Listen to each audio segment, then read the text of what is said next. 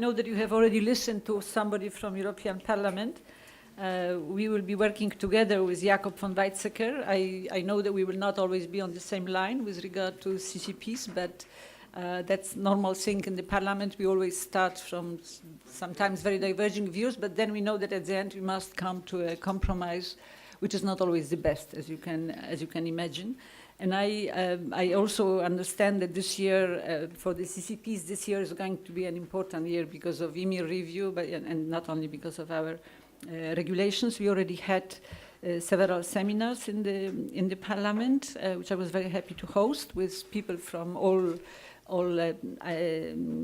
aspects of the CCP. So we have been for quite a while already in a listening mode and learning, because I don't know, for you probably it's peanut, but for us, for those who are not really working within the framework of CCPs, it is quite a difficult part of task, but we are, I think, very committed looking at what we are supposed to work on from this broader financial sector perspective. It is very clear that this is one of the most important finishing touches when it comes to the regulatory agenda. And we all know that we should conclude as fast as possible all those reforms which might have a chance to bring more stability on financial markets, and in particular on derivative markets. And I'm also one of those probably oldest in this room who remember 2009 when the whole thing started with Pittsburgh G20 summit, when for the first time many of us who are not working in the financial sector have learned about the whole challenge related to the central clearing, when the G20 mandated the central clearing of over-counter derivatives. And then EMIR came, and then how we gradually, and then we had also, I was also shadow for Kay Swinburne when we had the pre-legislative report on market infrastructure. So it was gradually we were getting into it. But I'm sure you are aware of the fact that most of us in the Parliament, we are still learning how we can help, how we can be on the right line in this portfolio, in this area, which is becoming extremely important, because we have done a lot to reduce risk on markets, but at the same time, the risk has also concentrated in the entities which are tasked with managing it. So we are fully aware of the fact that there are institutions which are extremely important from the point of view of stability, and we know that those institutions, if they fail, or the failure of one of them, would have consequences, enormous consequences, or far greater than it would have been some decades ago. So the challenge, as I see for our work on CCP recovery and resolution, the challenge is to make this problem unlikely to happen or impossible to happen. And we are here I understand, to think, look at from the global perspective and the issue, and the reflection at the global level, as we understand it, as we see it, as regards resilience, has been taking place within the CPMI IOSCO, but on the recovery and resolution, it is FSB.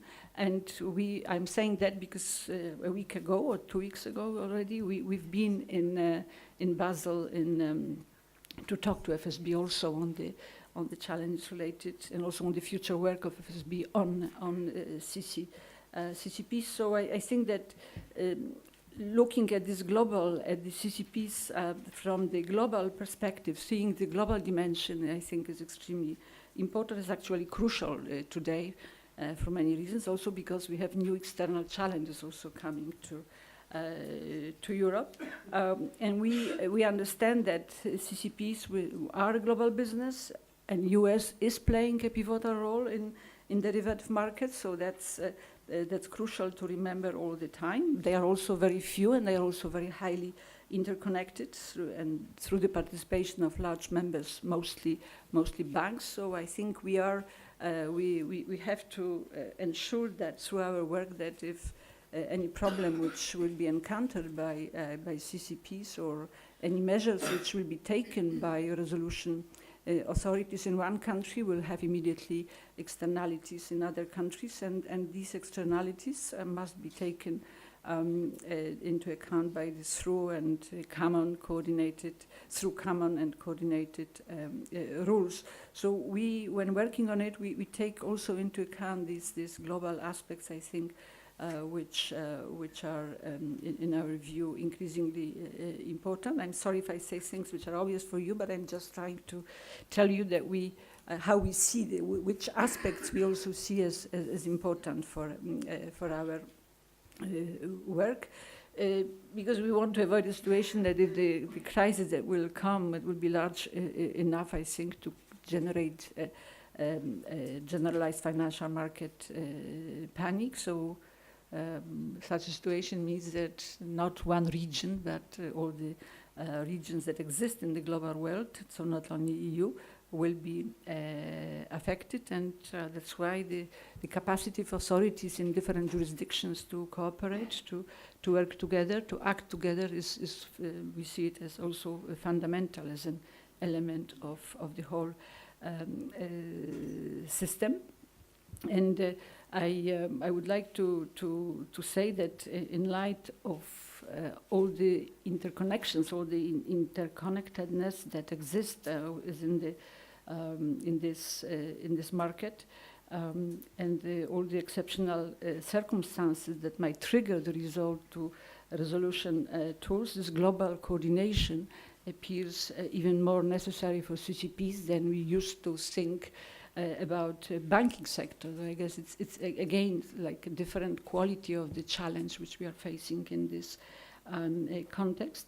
And I understand that this need for international coordination is also one of the reasons why the Commission has delayed its proposal for over 1 year. Or frankly, it was like we were waiting like monthly, checking on the Commission, almost 1.5 years, waiting for the guidance coming from the FSB. And I think that was just a very smart, I think, move from the Commission side. I'm sure the colleagues from the Commission have already spoken about that.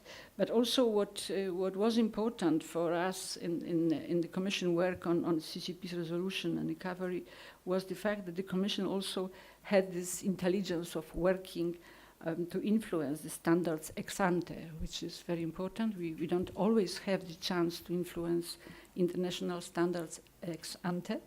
So very often we just have to adapt or depart from something which is already established, and this is producing a lot of problems. So what I see from this work of the Commission and this waiting for the FSB to come and influencing by being there on the spot, by influencing also the FSB work, it provides us with opportunity not to depart too much from needs and preferences.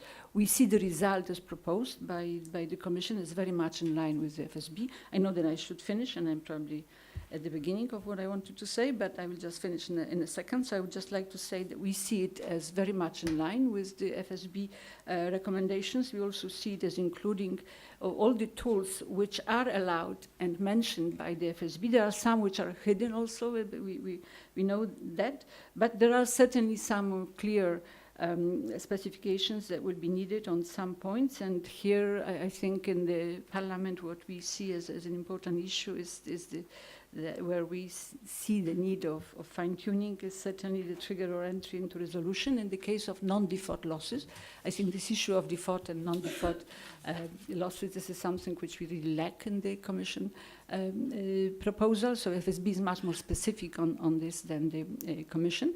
And we are also, if I could just share one political message also with you, we see it clearly from the Maltese presidency that it is not a priority for the Maltese, at least from the meetings so far, but they are working on technical aspects, and I hope also that in the Parliament that we will find agreement to work, not to wait till the Council is coming with the final position, but that we will be working in the meantime also on all the technical aspects of the whole portfolio.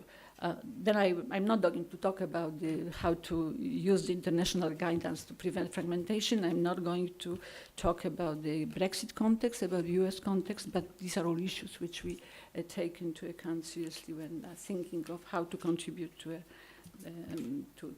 just to have a really good regulation that the sector needs, and I think we all need to sleep well, I would say. Thank you.